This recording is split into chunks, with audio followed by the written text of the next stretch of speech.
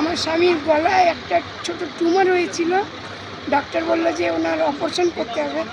আমি তার জন্য এখানে বিশ্বাস না করে ভেলোরে গেলাম, ওখানেও ডাক্তার বললো অপারেশন করতে হবে। রাখি পূর্ণিমার 9 তারিখে আমি গেছি, 11 তারিখে অপারেশন হয়েছে, আর 19 তারিখের মধ্যে ওনার সব রিপোর্ট ভালো, উনি একদম সুস্থ এখন।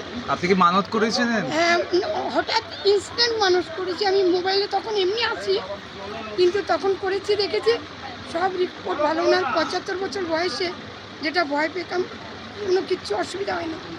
অপারেশন করেই খেয়েছেন, দিয়েছেন, ভালো আছেন, সুস্থ আছেন।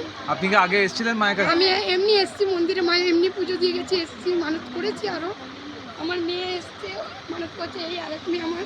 ও, তো আজকে আমার এইটা পূরণ দিতে এসছি, আজকে একটু দেরি হয়ে গেল আসতে আমার। তো এই জন্য আজকে আমার স্বামীর এই পুজোটা দিয়ে। কোথা দিয়ে এসেছেন? আমি কালিন্দী থেকে এসেছি, লেকটাম কালিন্দী।